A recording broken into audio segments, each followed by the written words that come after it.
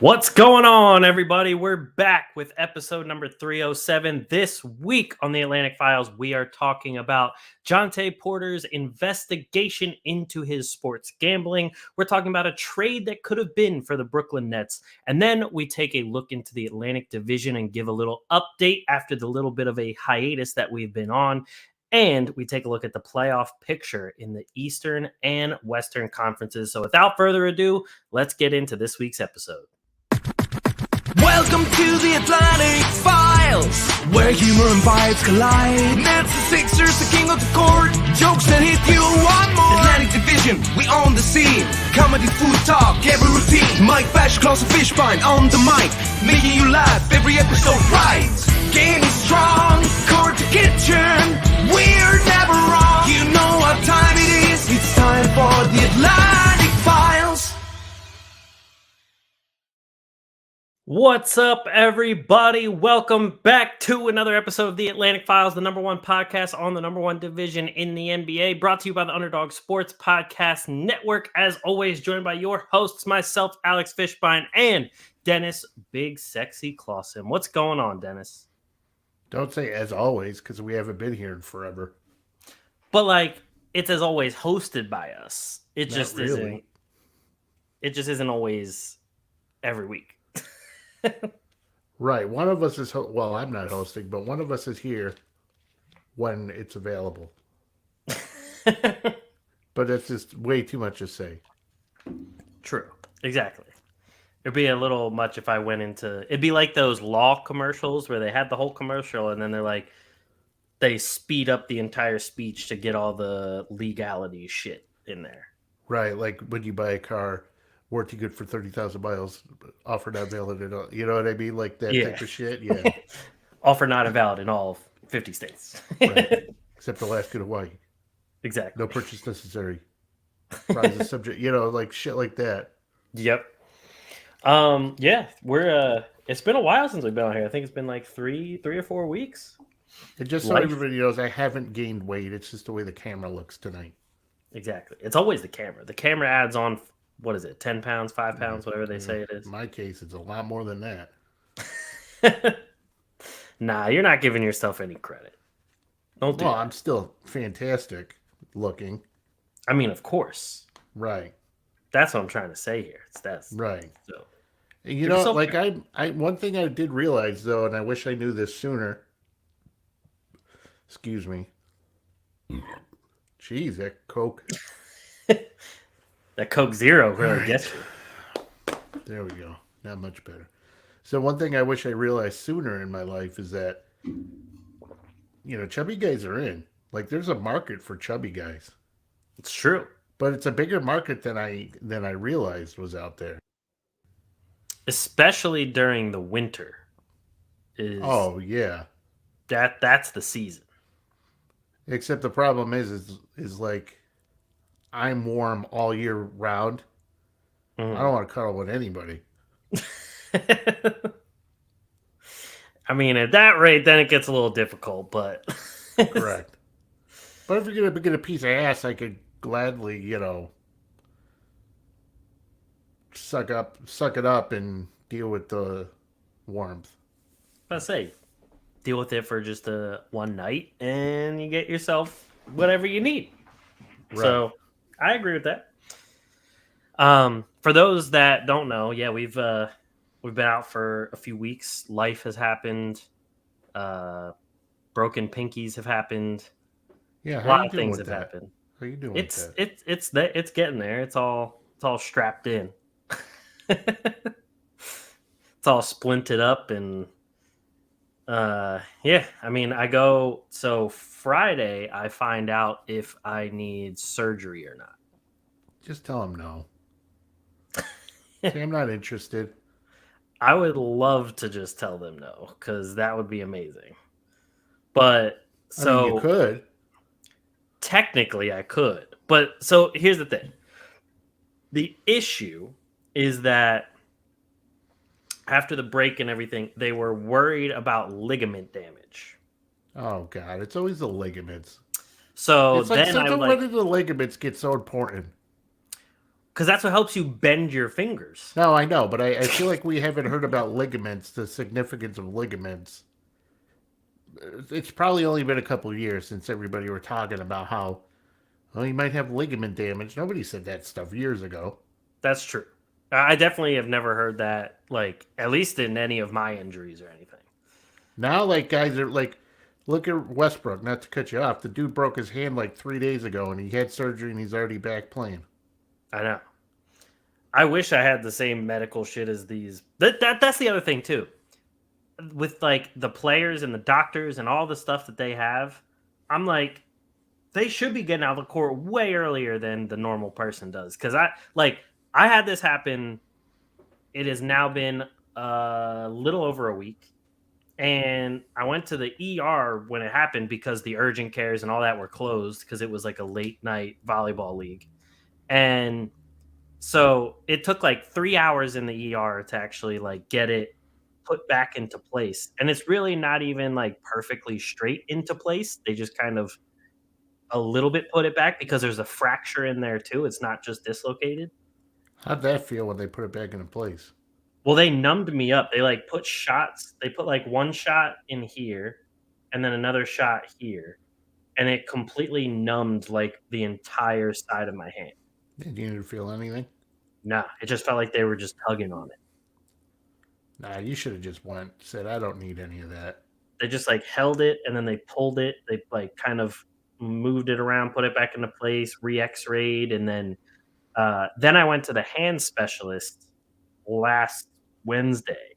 And the specialist was like, it doesn't look like they did a great job with this. Say, I know. That's why I'm coming to see you. Exactly. The specialist. Exactly. So then she took more x-rays, and then that's when she was like, she asked me to like try and, yeah. A Harvard grad. Okay, don't care about that. Keep going. I knew where you were going. But she was like, she asked me to try and bend it, and I was like, I can't even move it. And she was like, well, that's not good. Say, yeah, I know. I don't need a Harvard degree, honey, to realize that my finger's fucked up. Exactly. So, yeah, they didn't give me like the full metal splint because they had me doing PT where I unstrapped this part and they have me try to make a full fist for like 5 seconds. And I do that like 4 times a day to try and see if, because there's technically like a small window to repair the ligament. So that's what they have me doing until then.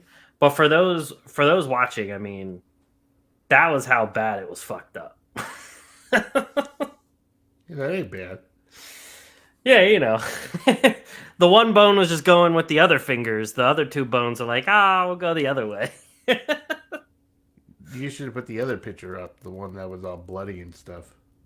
Oh, God. Hopefully, I mean, I don't know what YouTube's policies are with showing blood and everything. They let every other stupid thing on here. You tell you they're not going to put that on there? I have no idea. They're all, I mean... So you didn't answer my question, though. Was she at least good looking? Yeah. I mean, it's funny, though, what a $500,000 salary, though, will do to somebody's looks. Know what I mean? True. Very true. 4 becomes a 6 real quick. And I could get by with a 6.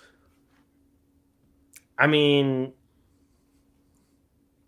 different strokes for different folks. Come on, let's pick it up. I know we haven't been, but you got to come back quicker than this, man. I know we're a little rusty. We haven't been here, but come on. I know. I'm not as quick-witted right now. You're really not. You're struggling. I'll try to tone it down a little bit. My brain's moving about as fast as my pinky's healing. See, now I have nothing because I just called you out. Exactly. That's what it's like. No, I'm just kidding. But yeah, I mean, how's life been for you at least? At least you have all your fingers.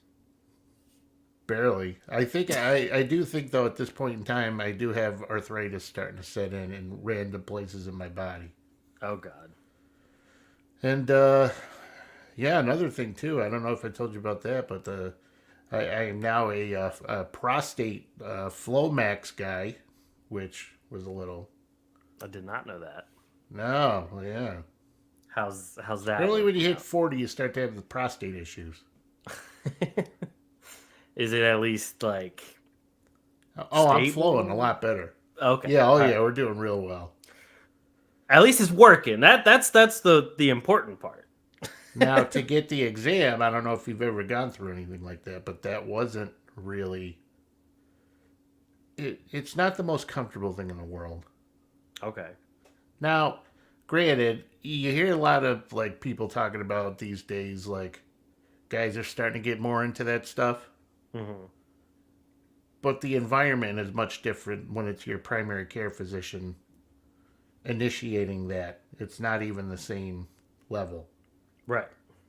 You know, he's sticking his finger up your ass to check your prostate. It's not like it's not even nowhere near pleasurable. I mean, to be honest, I hope it wouldn't be pleasurable. Even if you were into that kind of thing and you were True. thinking it would be pleasant, it's not. So, for one, I'm not into that. But two, I'm certainly not into that. Yeah. I mean, So- from what I've heard, it's also painful for girls to go to the gyno and get all that don't do checked that. out. Don't do that. So if I'm just saying, talking if about it's me. I'm just here. saying, if it's painful for them, then it's definitely painful for you. Oh, you're talking about. What are you talking about here? I'm saying if they're saying getting their vagina checked is painful, Oh no, don't then stop. then it's also going to be painful if you're getting your butt checked. That's all I'm saying. No, because it just stop. Because I'm so sick of this. I can't even come out and tell a story because if I tell my wife, like she's like, "Hey, what's how was the doctor?" I go, "I got my prostate checked. I'm on Flomax now." She's like, "Well, at least you don't have to go to the doctor and get." And then she starts telling me about how brutal it is for her to get her exam, and I'm like, "We're talking about me here." I was on your side to be clear. It didn't sound like it. I was saying I bet it was painful for you if it's painful for them. That's all I'm saying. But why? Why does it have to involve them? I mean, that's a good point. Why can't It we? doesn't just have to focus- involve them. That's all I'm saying. That makes sense. I see But what you're then, getting at. Then women always got to one up you. Well, at least you don't get your period, and at least listen, motherfucker. I know I don't get my period, but if a robber comes in this house, who's responsible? It ain't you. Tell you that. At least now you're flowing. If a robber comes in, Oh, just pee good on to him. go. Exactly. And apparently, people are into that too. That's a good That's point. starting to pick up some momentum. That's true. Especially after there was all the rumors that Donald Trump enjoyed it. So, like, having a president that enjoys it? I mean, gonna- what is it that guy into? That's the better question. But I can understand, honestly, though, and I'm not into this at all, but I can understand the peeing on somebody more than I can understand a foot fetish. I would agree with that, to be honest. Because I've always tried to be like, am I missing something here to where I should be liking this more than I am? Like, you know how, and it seems like that's a lot of like women's focus to like check out my feet. And I want to be like, is there something wrong with me to where I don't like this? It does nothing for me. I'm right there with you. And it feels like the foot fetish has like grown in popularity. Right. And I'm just like, that has never turned me on once. But also, I will say though, if someone's feet are extra fucked up, it's a little weird. Right. Then that's a turn off, but there's never Right. been in you could get turned off from someone's feet, but I've never been turned on by somebody's feet. Exactly. And I know for me that's hypocritical because my feet are fucked up, but I just wear socks all the time. You're a guy. Who gives a shit? Right. But here's the thing. It's like, and I've tried, And let me tell you something. As a guy, most guys will understand. There's been some times where we've watched videos with some women, and they're not even remotely attractive. It's just they're doing something so well, or that you're into it. Like, you're like, okay. But then, after you're finished, you're like, that chick is disgusting. I can't believe I just did that. Just plunging myself to that hog. Every guy has done that at some point in time. Am I right? Yes, I'm sure Exactly. everyone has. So here's my thing, though. Every time, like, I've tried to, even in my my hottest moments, I've always been like, I'm going to try. Oh, her foot. And it still does nothing. And I'm like, is there something wrong with me to where I don't like this, but I should like it? Because I don't. I'm trying to figure out the same thing because I'm right there. I literally have the same exact thoughts you have. I don't get it. I just don't understand. And I just am. I don't think I'm ever going to get it. So at this point, it's just kind of like it is what it is. I mean, I'm okay with that. Yeah, same. But I'm just curious to see when Pornhub does their end of the year awards where, like, feet and, because apparently, like, you ever go on, like, Instagram, too, you see these girls are like, guys, don't knock the backdoor play until you try it. And I'm like, if it's anything like it was getting my prostate exam, I'm good. No thanks. I will pass. 0. As a person with Crohn's disease, I will never venture that way. Have you ever gotten your prostate exam? I have not, but I've had colonoscopies. So I haven't felt them, but right, that ain't the same. So you're trying to one up me again, right? I'm trying to tell you a story, in my vulnerable time, and I want you there for me, and you're trying to one up me with Crohn's. I was just saying I would never be trying the back door. I was referencing what you were just saying. We're not we got to get back on the same page here. This is getting off the rails very quickly. What do you mean getting off? It's been off the rails. Like, it was off the rails in the first 2 minutes. But I hate that. It's like, oh, I had to get my prostate checked and I'm having trouble peeing. Oh, yeah, at least you don't have to get your boobs smushed in a machine when they do the breast exam. It's like, we're not talking about you. We're not talking. Oh, and when I go to the gyno, they put a condom on this thing, and it's like, can't I just be a victim without you trying to fucking one up me? We just want to be the victim once in a while. Just let me have my moment. Exactly. Just feel bad for us, and then we'll appreciate it, and the next day everything's fine. Next week episodes, I'll tell you about how during my urinary issues, I'll tell you about the girl that did the ultrasound on my nuts. Oh God. That's next week's episode. Oh, okay. All right. That's next week. Got you. Oh, with that being said, we might as well get into some basketball. Wait, what? The thing that some people are here for. Not everybody. A lot of people are here for the beginning portion, and then they leave when the basketball shows up. But right. The biggest news. This dope. This idiot. Jontay Porter of the Toronto Raptors. For those that don't know yet, he's being investigated for sports betting. There are 2 games specifically that they're looking at over the past several months. According to Woj and the guys on ESPN, they said the correct term is betting irregularities. The issues are with 2 games, one on January 26th, one on March 20th. And the one on the 26th, they played against the Clippers. There was increased betting interest on the under for Porter's game. And that night, they were set at 5.5 points, 4.5 rebounds, 1.5 assists. There was also one for made 3-pointers, which was 0.5. That night, he played only 4 minutes and left because of an aggravation of an eye injury that he suffered a couple days earlier. So he didn't score. He had 3 rebounds, 1 assist, did not attempt a 3. So he hit the under on all of them.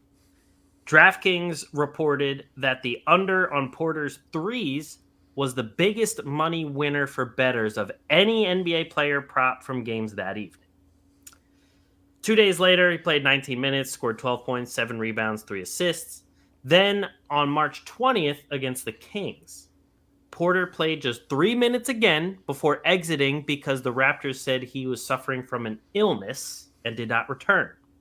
He didn't score, attempted 1 shot, had 2 rebounds. His over-unders were set at 7.5 points, 5.5 rebounds. Again, DraftKings reported the next day that Porter's prop bets were the number 1 moneymaker from the night in the NBA. At least one other U.S. sportsbook detected unusual betting interest on the Porter props in the games in question. Multiple betting accounts allegedly attempted to bet large amounts, upward of $10,000 to $20,000 on those unders. And it said customers were typically betting around $1,000 to $2,000 on these.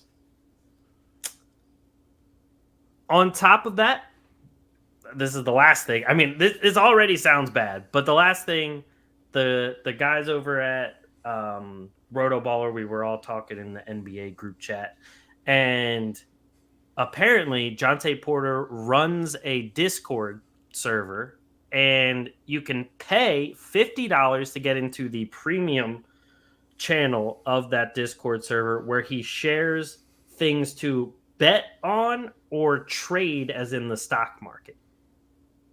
Oh, he knows about the stock market now? It ties in. But he's allegedly giving advice on things to bet on in the NBA in this Discord server. And the people in there were thanking him for telling him what to bet on in the NBA, and because they made money and everything like that as well. If you ask me, this guy's guilty. I mean, for one, it's Jontay Porter we're talking about, all right? This guy averaged. He started, he got some run, a couple runs, starts. However, right. he averaged only 4.8 points, 3.2 rebounds, and 1.4 blocks in 5 starts this season. He had some games where he was like, oh, this guy's, me. But other than that, he's been hurt a lot. And the only reason why he was really playing is because they're really, they had nobody. So, right. This guy, for one, he's probably never going to play again. Because even if he's not guilty, this sounds like way too shady. It's not like he's like Ohtani to where... Right. He allegedly was involved in some stuff, but we're talking about the biggest name in baseball. For basketball, we're talking about Jontay Porter, who's atrocious. Exactly. I feel like the average NBA fan probably didn't even know who Jontay Porter was. They're like, who? They're like Jontay Porter. They're like, who? I literally just realized he's brothers with Mikal Porter Jr. He is? Apparently. That's what the ESPN article says. Shows you how much I know.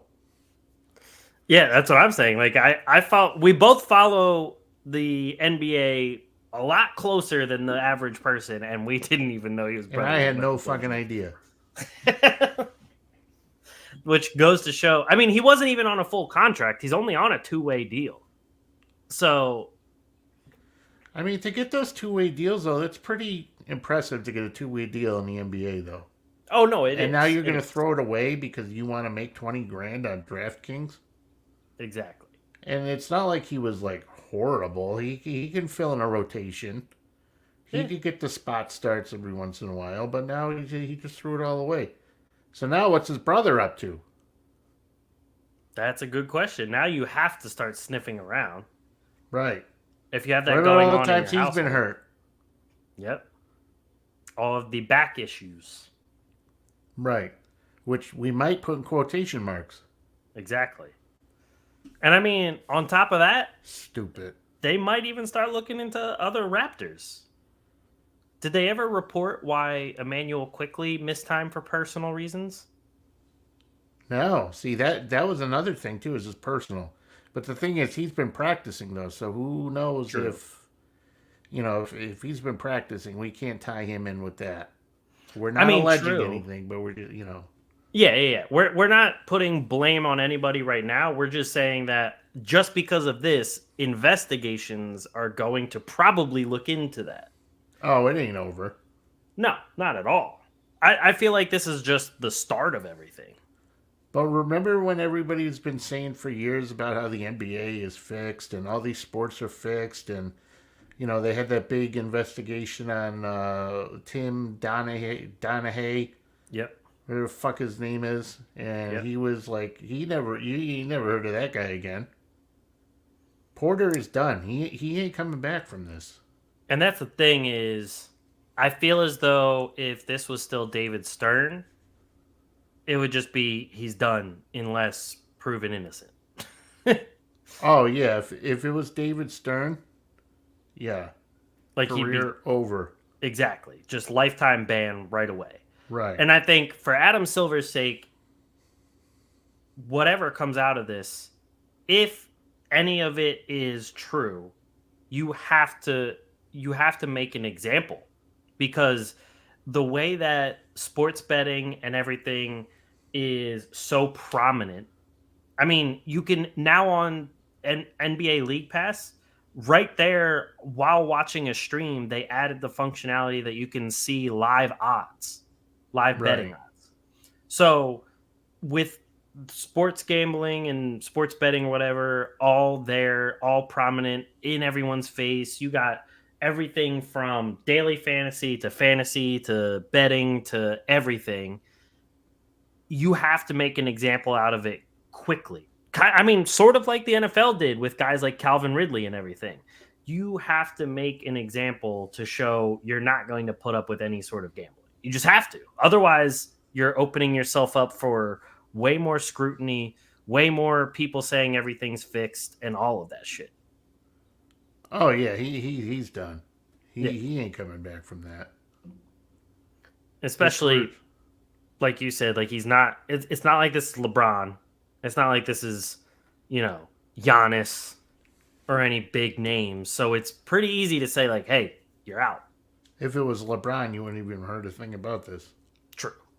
Oh, LeBron, just knock it off. Just stop betting on your own games. You can bet on others. Right. But I mean, I could have told everybody when you want to bet NBA, just bet the under on Jontay Porter, and you're probably going to win about 95% of the time. Exactly. Most of the time, you're the winning. under. 4 points, bet the under. Seriously, I mean he probably has like single digit games with more than 5 points. So I'm not sure what exactly. Like he's like I'd be curious to see how much money you would even win out of all of the bets put together. Well, they have to look at it and go, why are people this interested in Jontay Porter? Exactly. And especially if you don't see like the betting sites or betting Twitter accounts or whatever, if they're not all saying like, oh, hammer the under or whatever, then it's even fishier that people are just going that route with any sort of advice. So it really becomes sketchy the more and more you look into it. Do we have to talk about this anymore? No, This we guy's don't. an I mean, idiot. it's He's really all it is at this point. He's an idiot. Yeah, he's going to be suspended or banned for a long time. So If he did it, he's an idiot. agreed. So let's get into something that you're probably even more annoyed about. Yeah. Next. No, let's talk about something else. We got to bring this up at least once. Apparently, the Brooklyn Nets turned down a trade that was offered to them by Houston. It was reportedly Jalen Green and a bunch of firsts for Mikal Bridges. Really nothing else. I don't think they asked anything else for Brooklyn. It was just Mikal Bridges. So I'd be like, can you just take Cam Johnson and leave us Mikal, and you can have Cam, and we'll take Green back in the first? I mean, honestly, anything. Right, at this point. But Cam, I mean, at least Dinwiddie's terrible season is done for Brooklyn. But don't do that. I like Spencer Dinwiddie. I mean, I know you like him, but he was having a terrible season. Well, the entire Nets is having a horrible season. You can't just say Spencer Dinwiddie's having a horrible season. I'm not even kidding.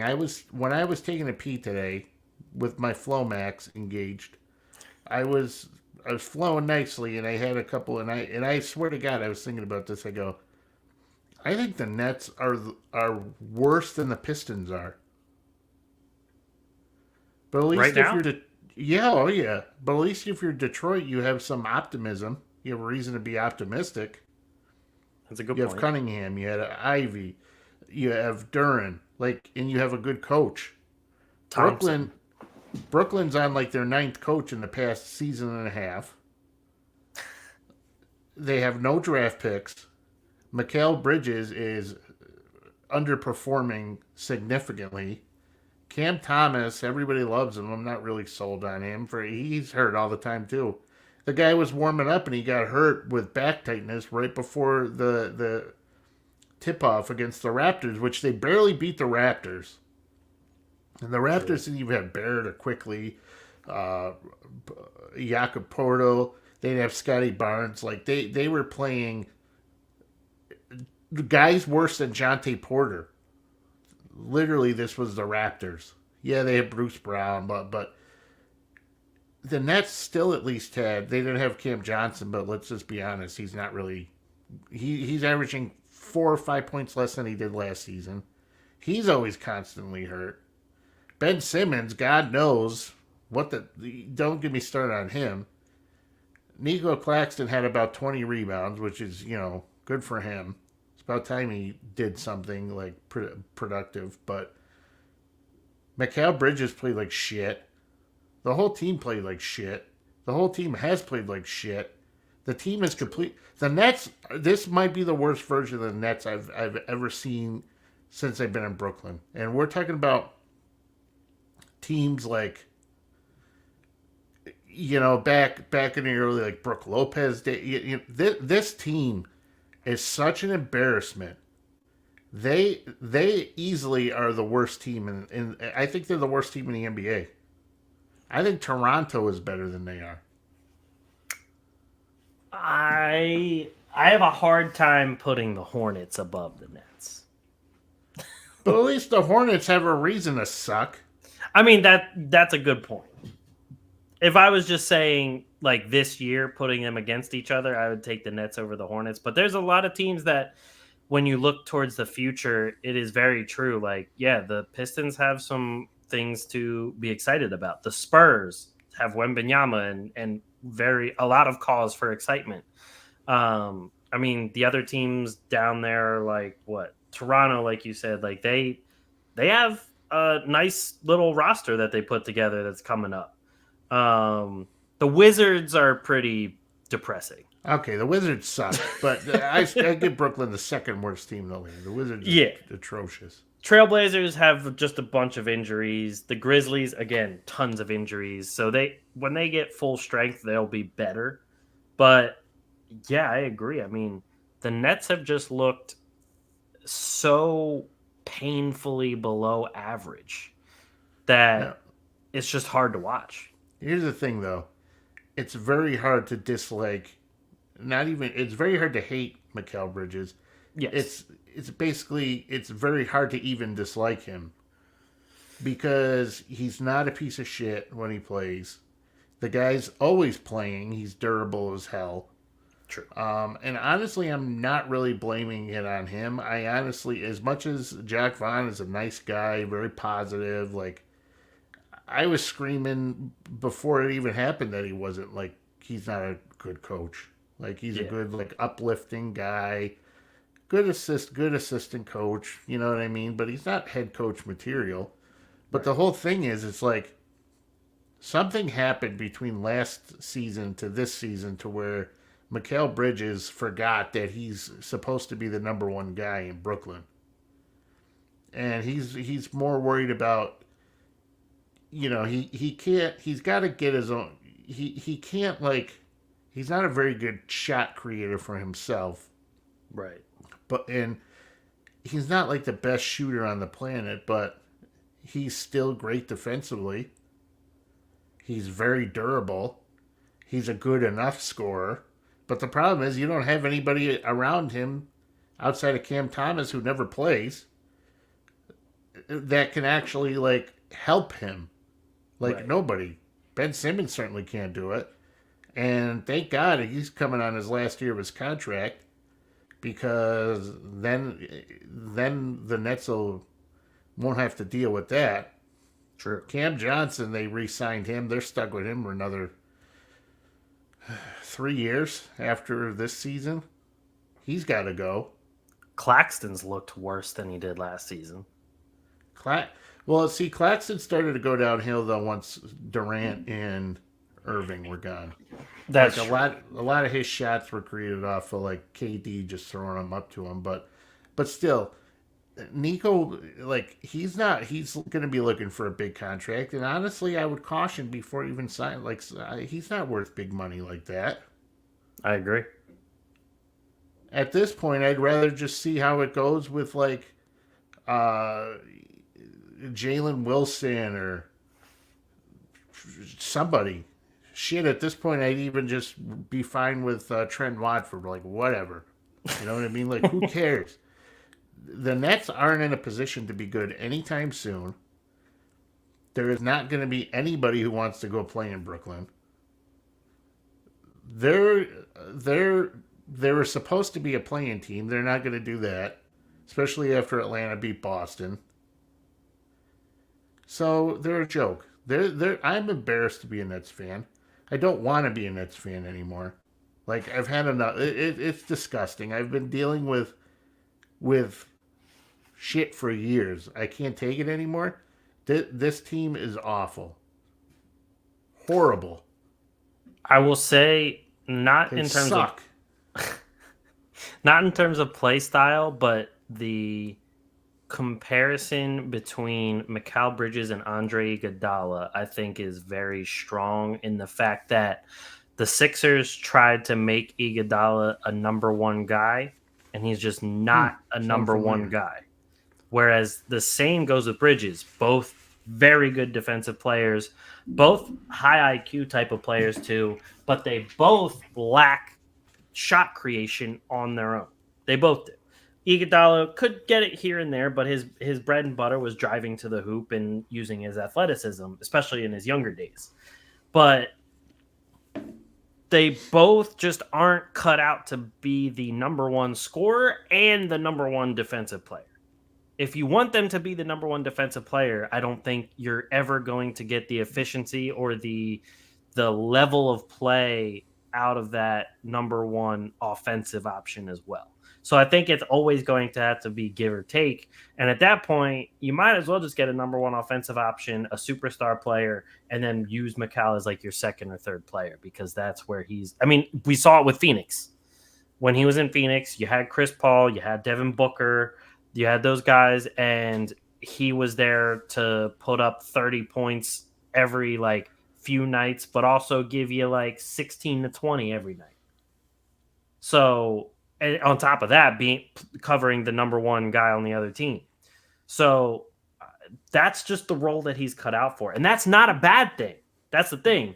A lot of times, like, Sixers fans hated Iguodala after a while because he wasn't becoming the number one guy when he wasn't supposed to. Ben Simmons, everyone wanted him to be the number one offensive option. He was not that guy, so everyone hated him. Mikal Bridges is reaching that level where a lot of people are starting to dislike him because he's not reaching the level that they thought or expected him to be on.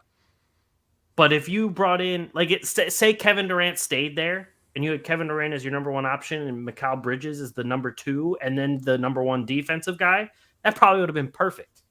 And then nobody would have probably said a word about Mikal Bridges. But the frustrating thing is like last season, he had some pretty potent performances. Right. To where he's putting up high scoring games. So I think, honestly, if you get the right coach in there to kind of get him back to where he needs to be, that's going to help a lot. For sure. But for right now, I'm just going to bitch. And I'm not bitching about him, though. Because, like I said, you can't say anything bad about Mikal Bridges. Yeah. You really can't. And you know how much I love guys who play.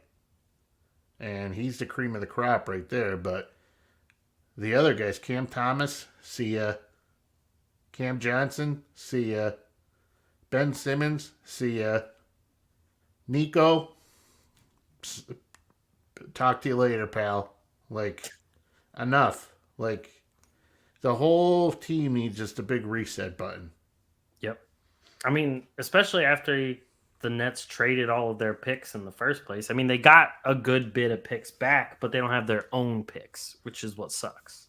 But imagine if there was, like, a way that they could work out a deal with, like, Atlanta and get, like, DeJounte Murray in there. And, you know, you can send them Cam Thomas and you know, re-sign Thomas and send him, and Cam Johnson, you can send him, and like all these guys, you can just send them to Atlanta. Get back DeJounte. If you had DeJounte Murray and Mikal Bridges on the same floor, that'd be a great fit. Especially that defense would be crazy. If you traded, like you said, Cam Thomas, Cam Johnson, and maybe even threw in like a Dorian Finney-Smith or somebody like that, like those are the types of players that Atlanta's been looking for. Well, so it'll be interesting to see what happens in the offseason. Agreed. But hopefully by training camp, Cam Johnson won't be there, Cam Thomas won't be there, and there'll be actual guys who can play. Agreed. To join Mikal Bridges. Yeah, I 100% agree. They should have done that trade. I don't know why they didn't, but that brings us to the Atlantic Division update. So the Celtics have already clinched a playoff spot. They're still the number one seed. They'll probably continue to be the number one seed. Yeah, you ain't catching them. No. The Knicks playing very well. Jalen Brunson, your mans, has been playing very, very well. They're up to the fourth spot. Now that's a guy you build a team around. Agreed. And you know what pissed me off though? Like a couple weeks ago, I was watching a Sunday game, and I think it was the Mavs and the Nuggets. If I'm not, yeah, it was the Mavs and the Nuggets, where Kyrie did that left-handed hook shot. Oh yeah. And I said, that fucking asshole. And I said to myself, I'm like, this guy should have been MVP about 4 times by now in his career. He's that good. Yep. But he's such a douchebag. He looks like he doesn't even want to play basketball, but he's so good just naturally. Imagine if his attitude, imagine if you took Kyrie's ability and put it into like Mikal Bridges. Oh yeah, that'd be insane. Anyways, yeah, the Knicks are pretty good. Yeah.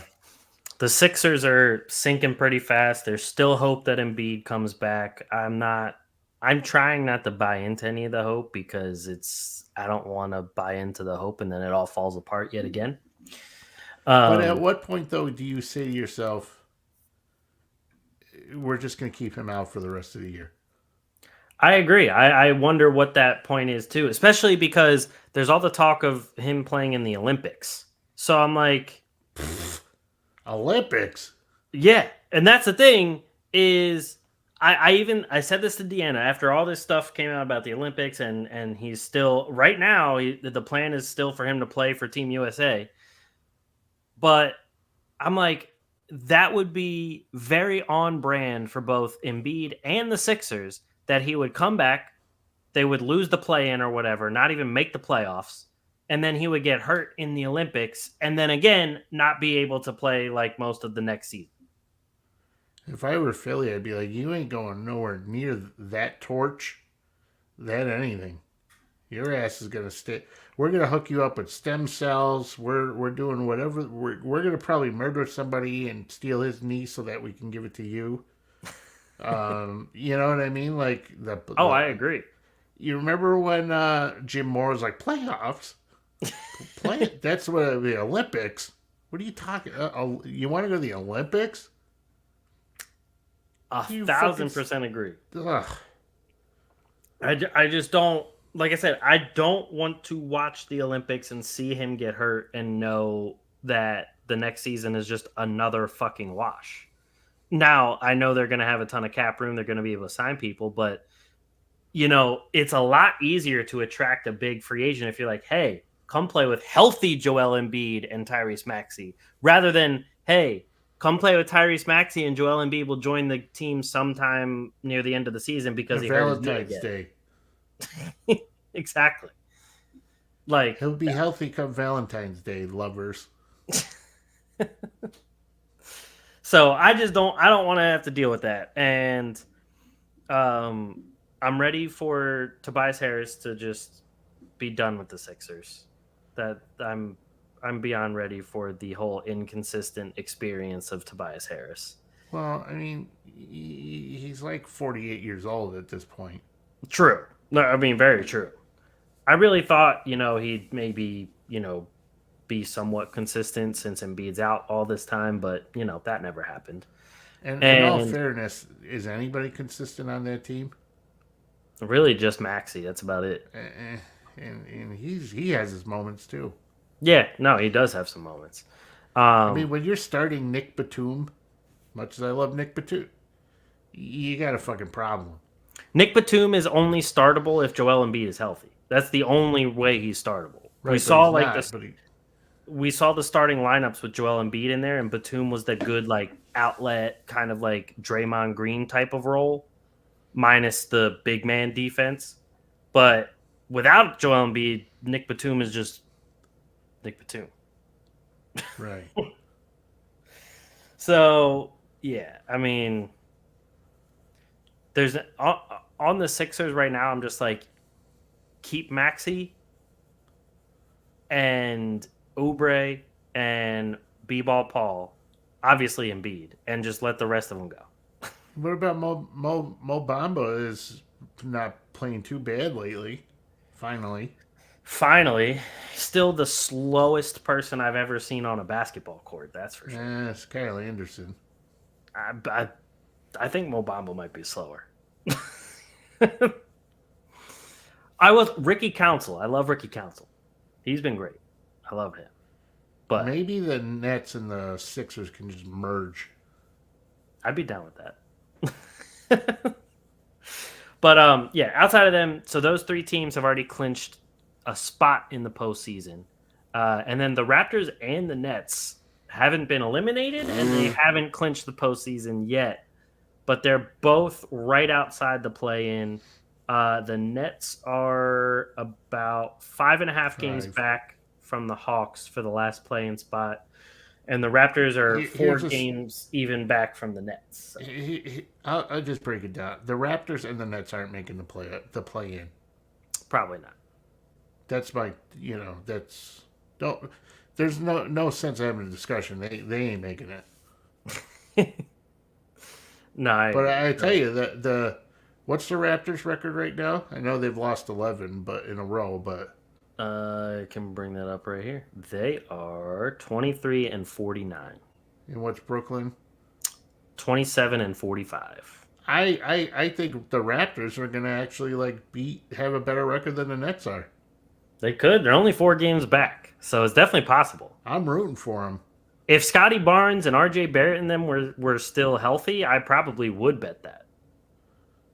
Oh, yeah, but then we got Miami, and they're playing, and guess who's not in the lineup tonight? fucking Jimmy Butler again. But they're still in the playoff race. It's kind of weird. Didn't the same thing happen last year? Yep. Yes, it did. The exact same thing.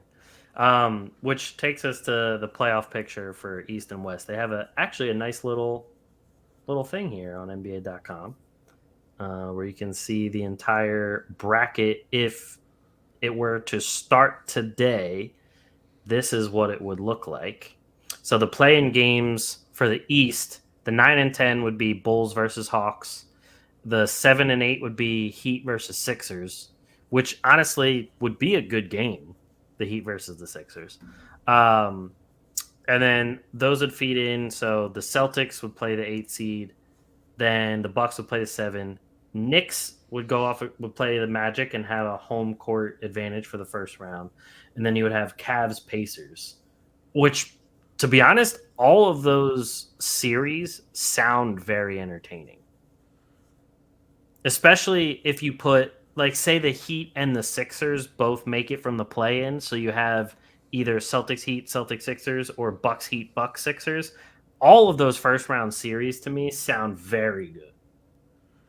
Well, it really, what it's going to come down to is, I can't see anybody beating Boston, and I can't see anybody beating Denver. Even as good as OKC is, playoff Jokic he's that dude. Oh, yeah. I mean, and the Thunder just got fucking demolished. When was that? Sunday night? By the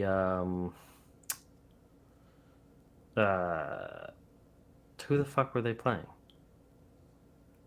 They were just playing another playoff team and they just got destroyed. The Pelicans? No. Yeah, it's fucking I can't remember. I don't remember. All I know is they got destroyed on Sunday night, and it was part of the reason why I lost my one fantasy championship, because I had Gilgeous-Alexander and Chet. So, the Bucks. They got destroyed by the Bucks. Which is weird because the Bucks, the Bucks are still a team that could still do something. Right. But they just need Middleton to be there. Yes. Middleton's not there. That's been a problem with Middleton. Whenever you take him out of the lineup, the Bucks aren't that good. I agree. If Middleton's there, then all bets are off about the Celtics taking the East. But if Middleton's not there, the Celtics are breezing through it. The Celtics are so good, though. Oh, they're really fucking good, especially when Drew Holiday comes back. But still, you've had they lost to the Hawks, but I guarantee if Derek White was playing, that wouldn't have happened. No, not at all. Derek White doesn't let that shit happen. No. I agree. But I will say the playoff race this year, I think, is just very entertaining all around, minus the Bulls and Hawks. I don't give a shit. I still like that. What the hell? Who cares? Well, I'm saying if one of them get into the first round, like Celtics versus the Bulls would be just uninteresting. Right. I mean, the Hawks, if Trae Young comes back, could be entertaining, but I don't care to see the Bulls at all. I mean, the Hawks weren't really that good when Trae Young was playing. That's a good point. But out west, but I think I'm sorry, but I was thinking today too. Randomly, I go, are the Hawks better with Bruno Fernando playing, and instead of Okongwu? I don't know. At times, it seemed like it. I will say that. To beat Boston without Young and Okongwu and even Jalen Johnson, and you got DeAndre Hunter, who played really well, and you're like, wait a second, it wasn't that long ago when people were talking about DeAndre Hunter the same way they were talking about Jalen Johnson. Right. I will say DeJounte Murray definitely looks better when he plays without Trae Young. Hell yeah. 1,000%. So, yeah, I don't know. The fit between Murray and Trae Young to me has always been just like a little off. That's why Murray just has to go to Brooklyn. So I would be rock hard. I wouldn't even need Flomax anymore. That would be your own version of Viagra right there. Yeah, no, I didn't say I don't need Viagra. I know you don't need it. I'm doing really well in that department. I know you don't need it. I'm just saying that would be your version of it without having to take it. Correct. Yeah. I got all defensive just there. I go, no, whoa. I'm on your side with these things, I swear. I'm just attacking you for no reason. But I will say out west too, especially we have made fun of him a lot. I will give Zion Williamson his props. The man lost 25 pounds. For the most part, he's been healthier this season. He's played very well. The Pelicans are the 4th seed right now. And they're only, 5 games back of the Thunder to get up to the 2nd seed? I'm just saying. I will give my props where they're due for the Pelicans. I think Pelicans versus Clippers would be a fun first-round series as well. Timberwolves Kings would be pretty good. Sucks that probably won't see Karl Anthony Towns. Mavericks, the play-in games for the West are going to be insane. Like if it was Lakers, Warriors, Mavericks, Suns, and then like let's just say Suns win, and I don't know whether it's the Lakers or the Warriors. Then you have like Luka and Kyrie versus either LeBron and AD, or them versus the Warriors. That would be all of that. Just sounds entertaining. Yeah, so whoever wins between the Suns and the Mavs would be the 7th seed. Yep. The loser would take on the winner of 9 and 10. Yep. But the way you make any of those games are going to be phenomenal. Oh yeah, it'll be amazing. So that will be really fun.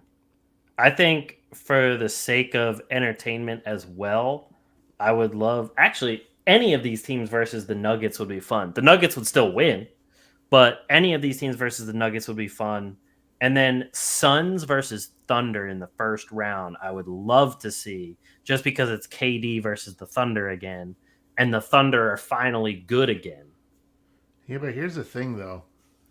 I mean, the Suns, man, if they have KD and Beal and Booker healthy, like and Nurkic and Grayson Allen, and like that's not a team that you want to. Even Bol playing better for them. Like that's not a team that you're going to want to face. Oh, I agree. They could make a run easily. Even the Lakers, man, as much as like Anthony Davis, surprisingly, has only missed like 4 or 5 games this year. And he's had an amazing year. Seems more than that with the amount of times he's on the injury report, but the Lakers aren't a team, especially like they're talking about getting Gabe Vincent maybe coming back. Yep. So we're talking a team like D'Lo's actually, like he's playing relatively well. Rui's been playing well for them. Like they added Dinwiddie, which is, I know you're not a Dinwiddie guy, but he did have a good game the other night. So you have a pretty good. Anytime you have LeBron in your lineup, I mean, you can't count anybody out. And yeah, like you were saying about Anthony Davis, this is the most games he's played and the most minutes averaged since the 2017-18 season, which was his second to last season with the Pelicans. Good for him. It only took him 7 seasons, but he did it. True. And it's funny because in those years, he was like 3rd in MVP voting. He got first team All-NBA, first team All-Defense, All-Star, 3rd in Defensive Player of the Year voting. So far, he's just got picked up the All-Star nod. But, I mean, 24 points, 12.5 rebounds, 3.6 assists, which is the second highest of his entire career, by the way. 1 point something blocks. 2.4 blocks and 1.2 steals a game. while shooting 55.8% from the floor. That's just It's just insane. funny, to hear him being mentioned though for MVP. I know, and we definitely should because he's played more than LeBron this year. I mean, there's been worse names mentioned for MVP. Exactly. So, I mean, and on top of that, I feel like he's not being considered that much for Defensive Player of the Year, and I think he should definitely be up there for it. Well, Wemby's averaging like 13 blocks a game, so it's going to be tough for. True, but I think he should definitely be getting mentioned more than he has at least. But yeah, so like all these matchups I think are going to be really fun, and I think the play-in games are especially going to be fun ones. I would rather the Sixers not be in there so I wouldn't have to stress about losing one or two games and not even being in the playoffs, but it is what it is, I guess. Fuck you gonna do? Yep. Nothing. I know. Nothing at all. But that's it for us, unless you have anything else to get off your chest. No. Well, we'll be better next week. Yes. We'll be a lot better. We had our rapport wasn't. We like tag team wrestling. Yeah. You lose your, the chemistry. Yeah, we'll get it back. Exactly. It's like in basketball when the guy's been out for a long time, and so you just have to. We're ramping up. There we go. Ramping up our game conditioning. And in your defense, though, who would have ever thought that I didn't even expect myself to go on a fucking start talking about my prostate issues. I know we started off this episode with showing X-rays of my pinky and your prostate issues. But it was a really body episode more than it was basketball episode. But I was thinking, like, how did I start talking about this? Whatever. That's just how the Atlantic Files goes. That's what happens. But that's it for us. Thank you, everybody, for watching and listening. Another episode of the Atlantic Files. If you're watching on YouTube, make sure you hit the bell below. Let you know when we go live. Like the video and comment because it helps for the algorithms and stuff. The algorithms and the mathematical equations and the shit. Just do the shit. That's all. Just do the shit. Share the podcast if you enjoyed it with a friend. We appreciate it. We are the Atlantic Files, #1 podcast, #1 division in the NBA, brought to you by the Underdog Sports Podcast Network. We'll catch you guys next week.